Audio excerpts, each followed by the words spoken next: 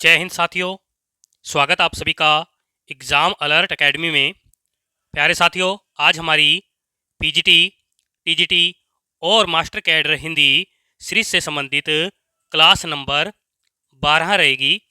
और आज की इस क्लास में हम हिंदी साहित्य से संबंधित बहुत ही महत्वपूर्ण प्रश्नों का अध्ययन करेंगे जो कि अक्सर परीक्षा में पूछे जाते हैं। साथियों, आज की इस क्लास में आपको बहुत कुछ नया सीखने को मिलेगा, इसलिए सभी साथी जो है आज की क्लास को अंत तक अवश्य देखें। अगर आप हमारे YouTube चैनल पर नए हो तो चैनल को सब्सक्राइब करें, बेल आइकन को अवश्य दबाएं ताकि आप तक नई क्लास का नोटिफिकेशन पहुंच सके।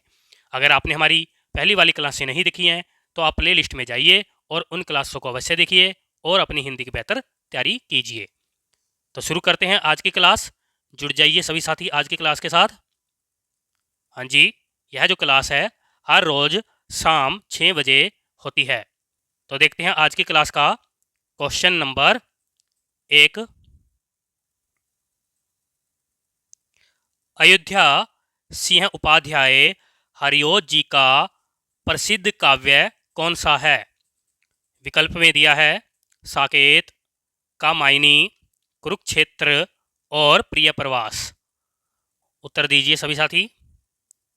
बहुत ही अच्छा क्वेश्चन है और यह जो क्वेश्चन है पीजीटी परीक्षा 2016 में पूछा जा चुका है। उत्तर दीजिए सभी साथी। हाँ जी, बिल्कुल सही उत्तर दे रहे हो।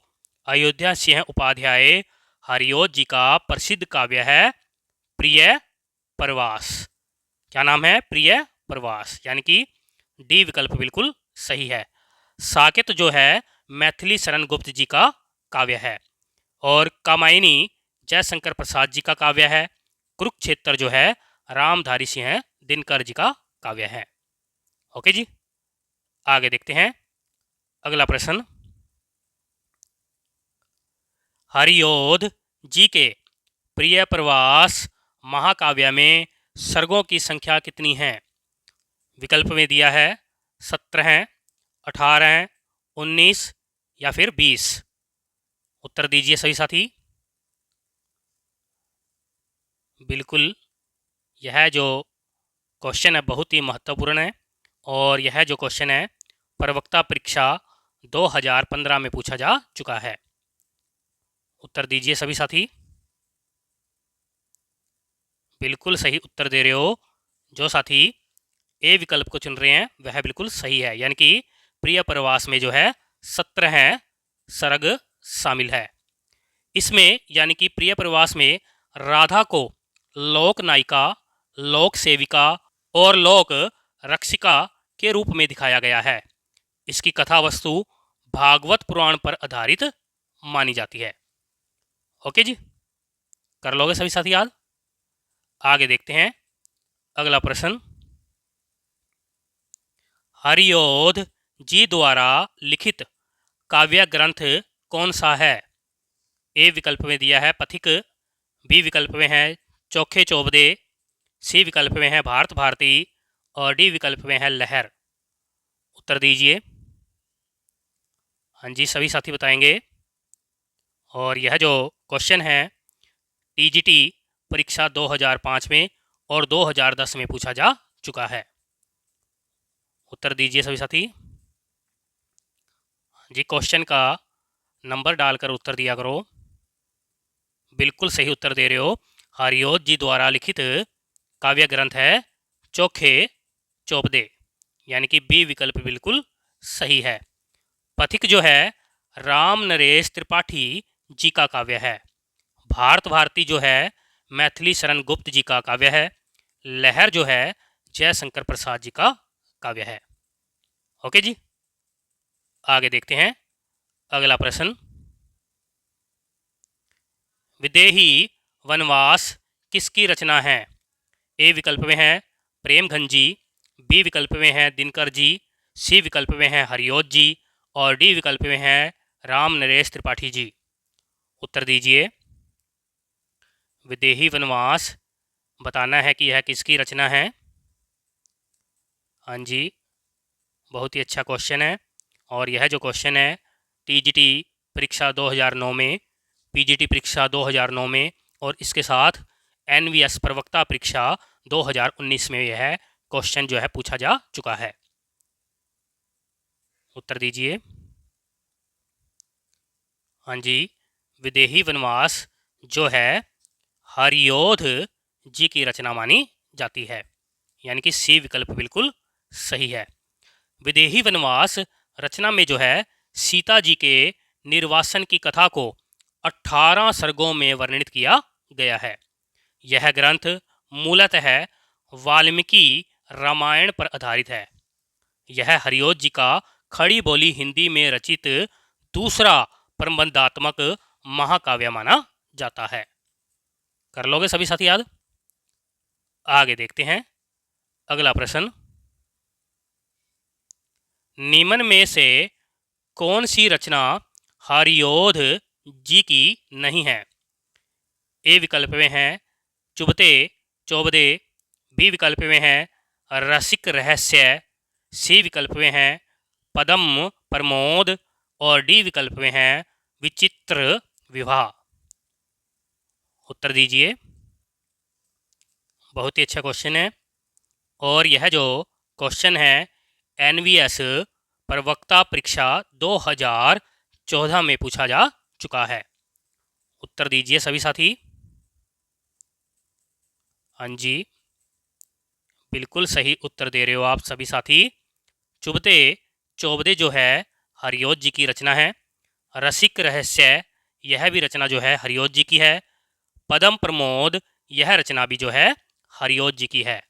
लेकिन विचित्र विवाह जो है यह रचना हरियोध जी की नहीं है, यानी कि इस क्वेश्चन का सही उत्तर है डी विकल्प। विचित्र विवाह रचना जो है रामचरित उपाध्याय जी की मानी जाती है। हरियोध जी की अन्य प्रमुख रचनाएं हैं प्रेमंबु वारिधि, प्रेम प्रपंच, प्रेमंबु प्रभा, प्रेम पुष्पहार, उद्बोधन, काव्य उपवन, करमवीर, ऋतु मुकुर और पदम परसून इनकी प्रमुख रचनाएं मानी जाती है। ओके जी, कर लोगे सभी साथी याद? आगे देखते हैं अगला प्रश्न। राष्ट्र भारती, देवदूत और देवसभा किसकी रचनाएं हैं? ए विकल्प में दिया है मैथिली शरण गुप्त जी, बी विकल्प में है बाल कृष्ण भट्ट जी, सी विकल्प में है रामचरित उपाध्याय जी और डी विकल्प में है अयोध्या सिंह उपाध्याय हरियोध जी। उत्तर दीजिए। बहुत ही अच्छा क्वेश्चन है, सभी साथी उत्तर देंगे। बताइए यह तीनों रचनाएं जो हैं किसकी है?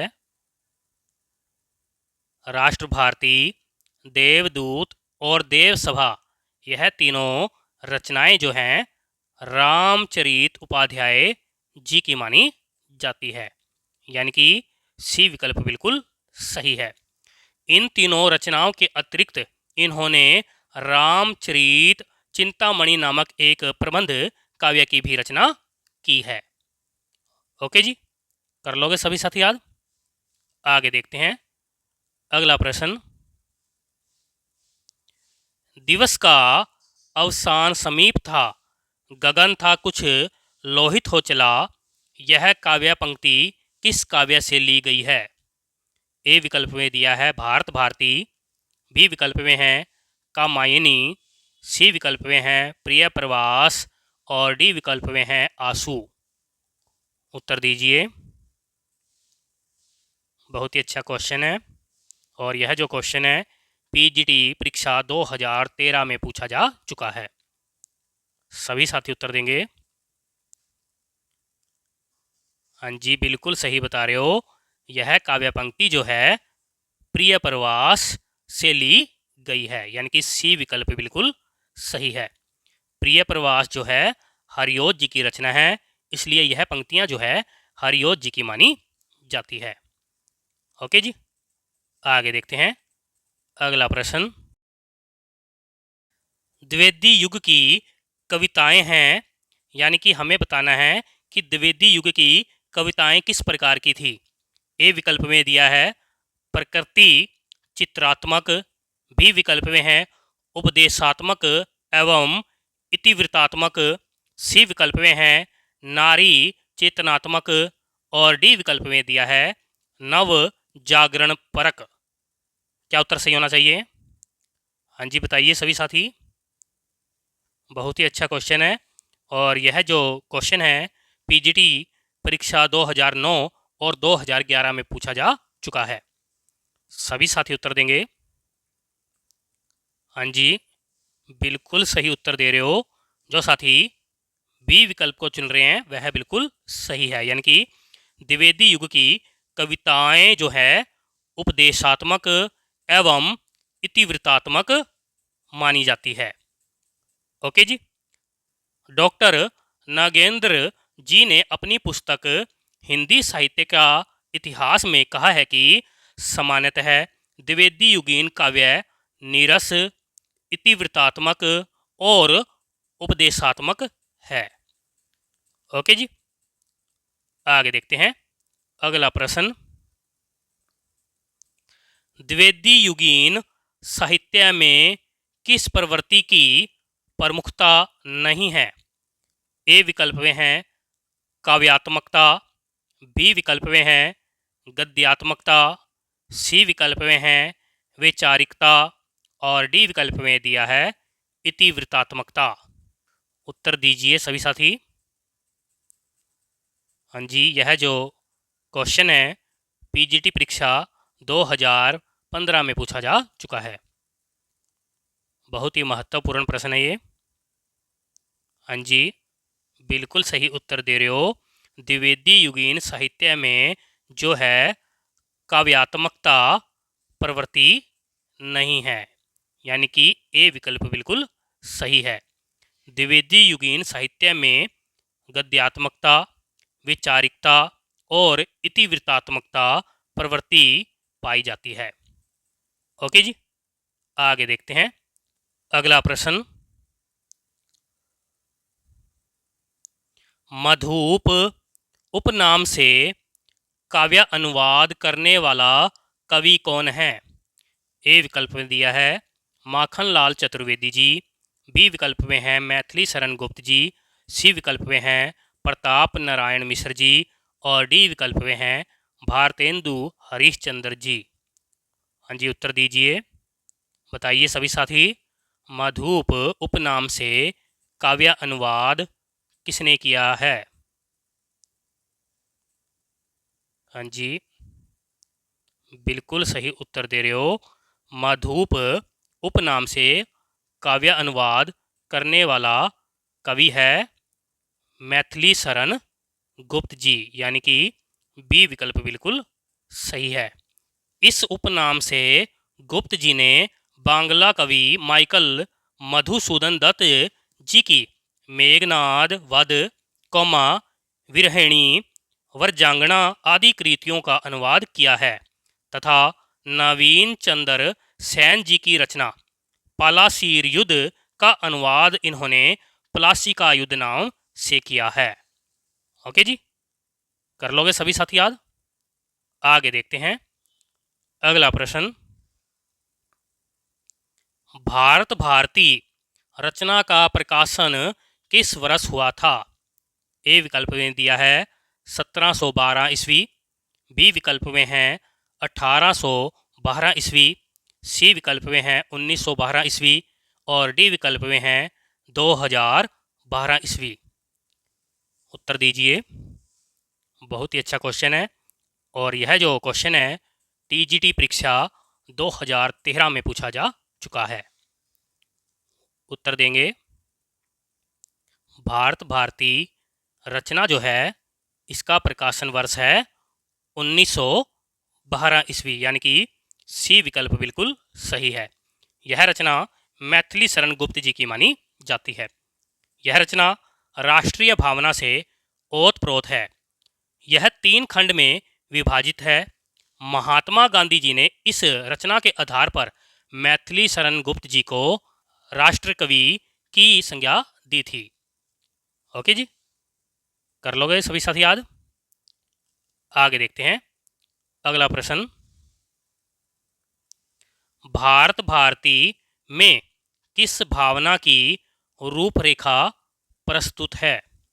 ए विकल्प में है भक्ति भावना, बी विकल्प में है दैन्य भावना, सी विकल्प में है प्रेम भावना और डी विकल्प में है राष्ट्रीय भावना। उत्तर दीजिए सभी साथी।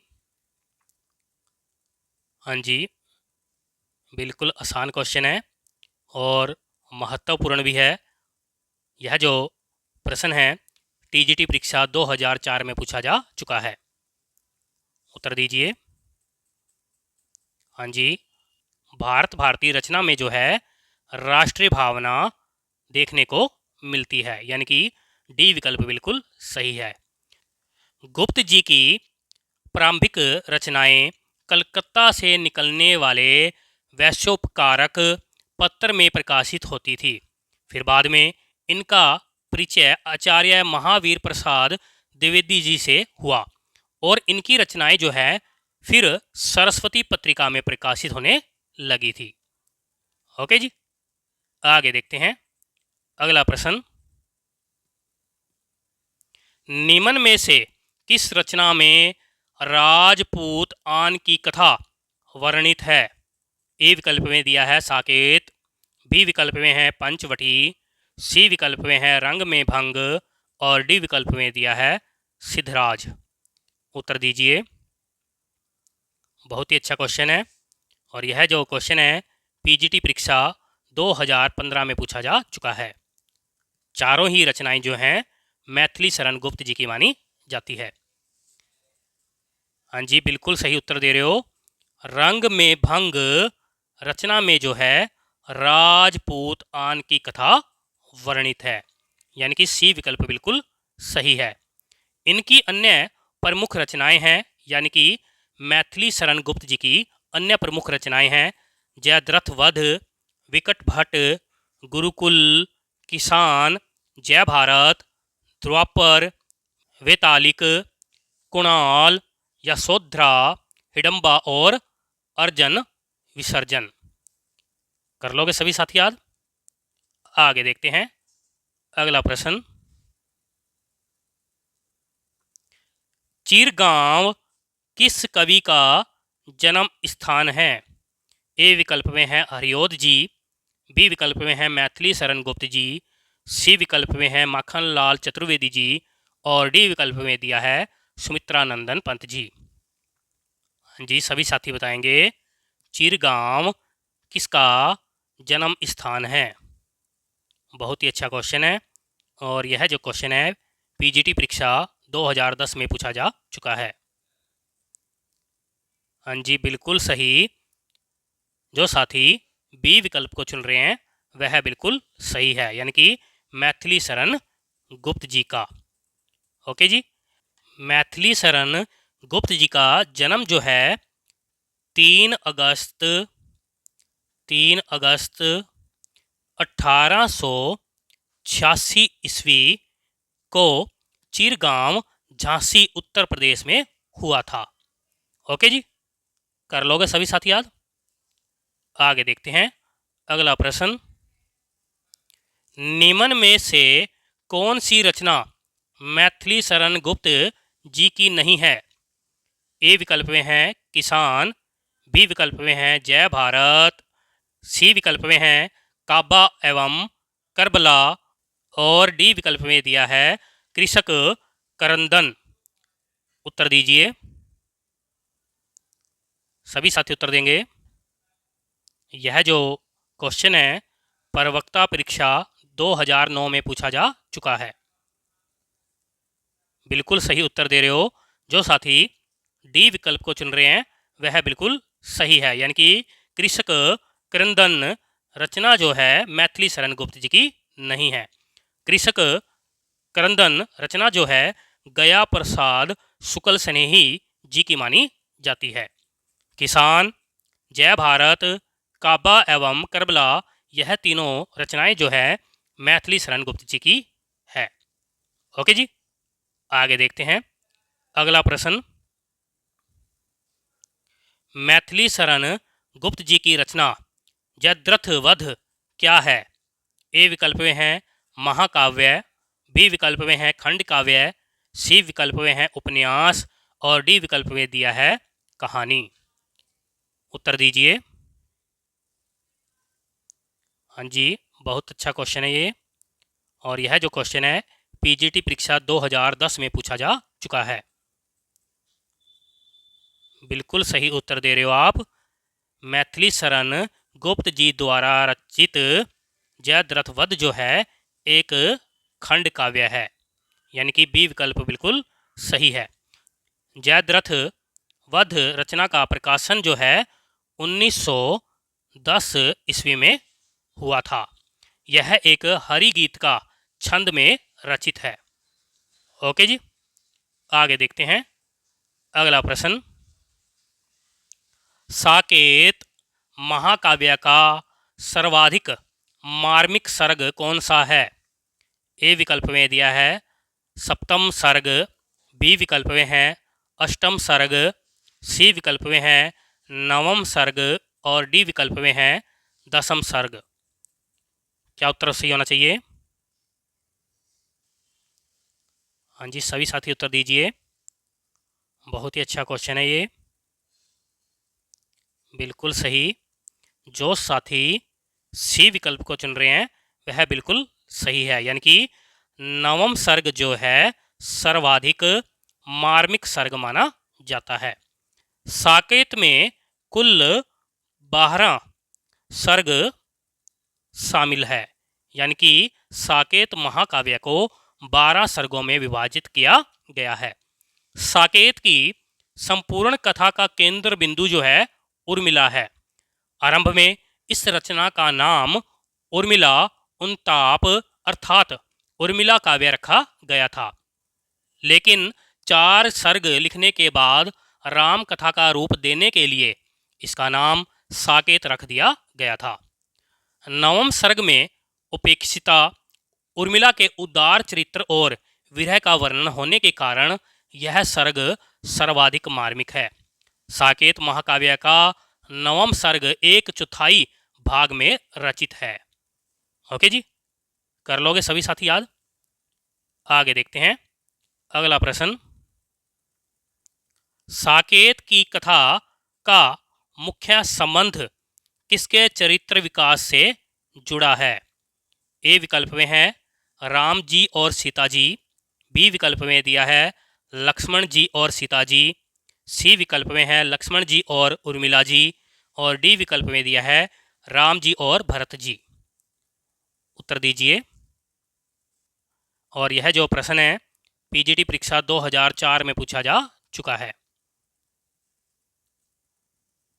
बिल्कुल सही उत्तर दे रहे हो।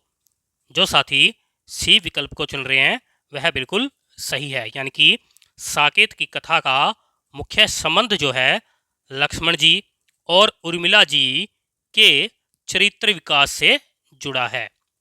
ओके जी, इस काव्य का प्रारंभ जो है अयोध्या के राजभवन में होने वाले लक्ष्मण जी और उर्मिला जी के विनोद से होता है। यह एक विशद प्रबंध काव्य है। इसमें लक्ष्मण जी की पत्नी उर्मिला जी को नायिका बनाकर राम कथा कही गई है। साकेत रचना की मूल प्रेरणा जो है गुप्त जी को महावीर प्रसाद द्विवेदी जी के लेख कवियों की उर्मिला विषयक उदासीनता से मिली, जो सरस्वती पत्रिका में 1908 ईस्वी में जुलाई को भुजंग भूषण भट्टाचार्य जी के छदम नाम से छपा था। ओके जी, कर लोगे सभी साथी याद? आगे देखते हैं अगला प्रश्न। मैथिली शरण गुप्त जी ने इतिहास के उपेक्षित नारी पात्र को किस रचना में प्रतिष्ठित किया है? ए विकल्प में है साकेत, बी विकल्प में है भारत भारती, सी विकल्प में है रंग में भंग, और डी विकल्प में दिया है द्वापर। क्या उत्तर सही होना चाहिए? सभी साथी उत्तर देंगे। बिल्कुल सही उत्तर दे रहे हो। जो साथी ए विकल्प को चुन रहे हैं वह बिल्कुल सही है, यानी कि साकेत रचना में जो है मैथिली शरण गुप्त जी ने इतिहास के उपेक्षित नारी पात्र को वर्णित किया है, यानी कि प्रतिष्ठित किया है। उपेक्षित नारी पात्र का नाम है उर्मिला जी, यानी कि गुप्त जी ने साकेत रचना में उपेक्षित नारी पात्र उर्मिला जी को प्रतिष्ठित किया है। ओके जी, आगे देखते हैं अगला प्रश्न। द्विवेदी युग के संपूर्णतः प्रतिनिधि कवि कौन है? बताइए सभी साथी, द्विवेदी युग के संपूर्णतः प्रतिनिधि कवि कौन है? ए विकल्प में है हरिओत जी, बी विकल्प में है श्रीधर पाठक जी, सी विकल्प में है मैथिली शरण गुप्त जी और डी विकल्प में है महावीर प्रसाद द्विवेदी जी। सभी साथी उत्तर देंगे। बहुत ही महत्वपूर्ण प्रश्न है ये, और यह जो प्रश्न है टीजीटी परीक्षा 2004 में पूछा जा चुका है। हाँ जी, बिल्कुल सही उत्तर दे रहे हो। द्विवेदी युग के संपूर्णतः प्रतिनिधि कवि हैं मैथिली शरण गुप्त जी, यानी कि सी विकल्प बिल्कुल सही है। आचार्य शुक्ल यानी कि आचार्य रामचंद्र शुक्ल जी ने अपने ग्रंथ हिंदी साहित्य का इतिहास में लिखा है कि काल अनुसरण की क्षमता अर्थात उत्तरोत्तर बदलती हुई भावनाओं और काव्य प्रणालियों को ग्रहण करते चलने की शक्ति गुप्त जी की प्रतिभा की सबसे बड़ी विशेषता है। इस दृष्टि से हिंदी भाषी जनता के प्रतिनिधि कवि ये निसंदेह कहे जा सकते हैं। ओके जी, आगे देखते हैं अगला प्रश्न। छायावाद शब्द का सर्वप्रथम प्रयोग किस आलोचक ने किया था? ए विकल्प में है रूप नारायण पांडे जी, बी विकल्प में दिया है मुकुटधर पांडे जी, सी विकल्प में है आचार्य रामचंद्र शुक्ल जी और डी विकल्प में दिया है हजारी प्रसाद द्विवेदी जी। उत्तर दीजिए सभी साथी। बहुत ही अच्छा क्वेश्चन है, और यह जो क्वेश्चन है टीजीटी परीक्षा 2005 में, इसके साथ पीजीटी परीक्षा 2015 में पूछा जा चुका है। सभी साथी उत्तर देंगे। बिल्कुल सही। छायावाद शब्द का सर्वप्रथम प्रयोग जो है मुकुटधर पांडे जी ने किया था, यानी कि बी विकल्प बिल्कुल सही है। छायावाद को प्रसिद्ध करने में मुकुटधर पांडे जी के श्री शारदा पत्रिका में प्रकाशित लेखमाला की अहम भूमिका रही है। ओके जी, आगे देखते हैं अगला प्रश्न। सर्वमान्य मत के अनुसार छायावाद युग का प्रवर्तक किसे माना जाता है? ए विकल्प में है जयशंकर प्रसाद जी, बी विकल्प में दिया है मुकुटधर पांडे जी, सी विकल्प में है सुमित्रा नंदन पंत जी और डी विकल्प में है सूर्यकांत त्रिपाठी निराला जी। उत्तर दीजिए। बहुत ही अच्छा क्वेश्चन है, और यह जो क्वेश्चन है पीजीटी परीक्षा 2011 में पूछा जा चुका है। हाँ जी, बिल्कुल सही उत्तर दे रहे हो आप। सर्वमान्य मत के अनुसार छायावाद युग का प्रवर्तक है जयशंकर प्रसाद जी, यानी कि ए विकल्प बिल्कुल सही है।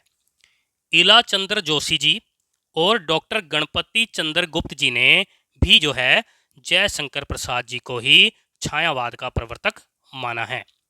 यानी कि अगर परीक्षा में आपसे यह पूछा जाए कि इला चंद्र जोशी जी और डॉक्टर गणपति चंद्र गुप्त जी ने छायावाद का प्रवर्तक किसे माना है, तो भी आपने बताना है जयशंकर प्रसाद जी। और सर्वमान्य मत के अनुसार भी छायावाद का प्रवर्तक जो है जयशंकर प्रसाद जी ही माने जाते हैं। आचार्य रामचंद्र शुक्ल जी ने जो है मुकुटधर पांडे जी को छायावाद का प्रवर्तक माना है। नंद दुलारे वाजपेयी जी ने सुमित्रा नंदन पंत जी को जो है छायावाद का प्रवर्तक माना है। प्रभाकर माचवे जी और विनय मोहन शर्मा जी ने माखनलाल चतुर्वेदी जी को छायावाद का प्रवर्तक माना है। इसके साथ ही मैं आपको बता देता हूँ, डॉक्टर गंगा प्रसाद पांडे जी ने जूही की कली रचना के आधार पर सूर्यकांत त्रिपाठी निराला जी को छायावाद का प्रवर्तक माना है। ओके जी, कर लोगे सभी साथी याद। आगे देखते हैं अगला प्रश्न। छायावाद की प्रथम रचना कौन सी मानी जाती है? ए विकल्प में है पल्लव, बी विकल्प में है लहर, सी विकल्प में है कामायनी और डी विकल्प में दिया है झरना। उत्तर दीजिए सभी साथी। हाँ जी, यह जो क्वेश्चन है टीजीटी परीक्षा 2010 में पूछा जा चुका है। बिल्कुल सही उत्तर दे रहे हो आप। छायावाद की प्रथम रचना जो है झरना मानी जाती है, यानी कि डी विकल्प बिल्कुल सही है। झरना रचना जो है 1918 ईस्वी में प्रकाशित हुई थी। यह रचना जयशंकर प्रसाद जी की मानी जाती है। ओके जी, आगे देखते हैं अगला प्रश्न। आधुनिक काल की किस काव्यधारा में रहस्यवाद की भावना पाई जाती है? ए विकल्प में है द्विवेदी युग, बी विकल्प में है छायावाद युग, सी विकल्प में है प्रगतिवाद युग और डी विकल्प में है प्रयोगवाद युग। उत्तर दीजिए। यह जो क्वेश्चन है पीजीटी परीक्षा 2002 में पूछा जा चुका है। बिल्कुल सही उत्तर दे रहे हो। रहस्यवाद की भावना जो है छायावाद युग में पाई जाती है, यानी कि बी विकल्प बिल्कुल सही है। छायावाद दो अर्थों में प्रयुक्त किया गया था, एक रहस्यवाद के अर्थ में और दूसरा शैली विशेष या पद्धति विशेष के व्यापक अर्थ के रूप में। ओके जी, आगे देखते हैं अगला प्रश्न। चित्रात्मक भाषा एवं लाक्षणिक पदावली किस युग के काव्य की विशेषता है? ए विकल्प में दिया है छायावाद, बी विकल्प में है प्रगतिवाद, सी विकल्प में है प्रयोगवाद और डी विकल्प में है इनमें से कोई नहीं। क्या उत्तर सही होना चाहिए? सभी साथी उत्तर देंगे। बहुत ही महत्वपूर्ण प्रश्न है ये। हाँ जी, चित्रात्मक भाषा एवं लाक्षणिक पदावली जो है छायावाद युग के काव्य की विशेषता है, यानी कि ए विकल्प बिल्कुल सही है। छायावादी युग प्रधानतः मुक्तक गीतों का युग है। ये मुक्तक गीत गैय तथा संगीतात्मक है। चित्रमयी कल्पना तथा लाक्षणिक प्रतीकात्मक शैलियों को अपनाकर छायावादी कवियों ने कविता को संजीव और सरस बना दिया है। ओके जी, कर लोगे सभी साथी याद। तो प्यारे साथियों, ये थे आज के बहुत ही बेहतरीन 25 क्वेश्चन जो कि अक्सर परीक्षा में पूछे जाते हैं। मैं आशा करता हूँ आज की इस क्लास में आपको बहुत कुछ नया सीखने को मिला होगा। इसी प्रकार से हिंदी साहित्य का अध्ययन करने के लिए चैनल को सब्सक्राइब करें, बेल आइकन को अवश्य दबाएं ताकि आप तक नई क्लास का नोटिफिकेशन पहुंच सके। अगर आपने हमारी पहली वाली क्लासें नहीं देखी हैं तो आप प्ले लिस्ट में जाइए और उन क्लासों को अवश्य देखिए और अपनी हिंदी की बेहतर तैयारी कीजिए। तो मिलते हैं अगली क्लास में, तब तक के लिए जय हिंद, जय श्री राम।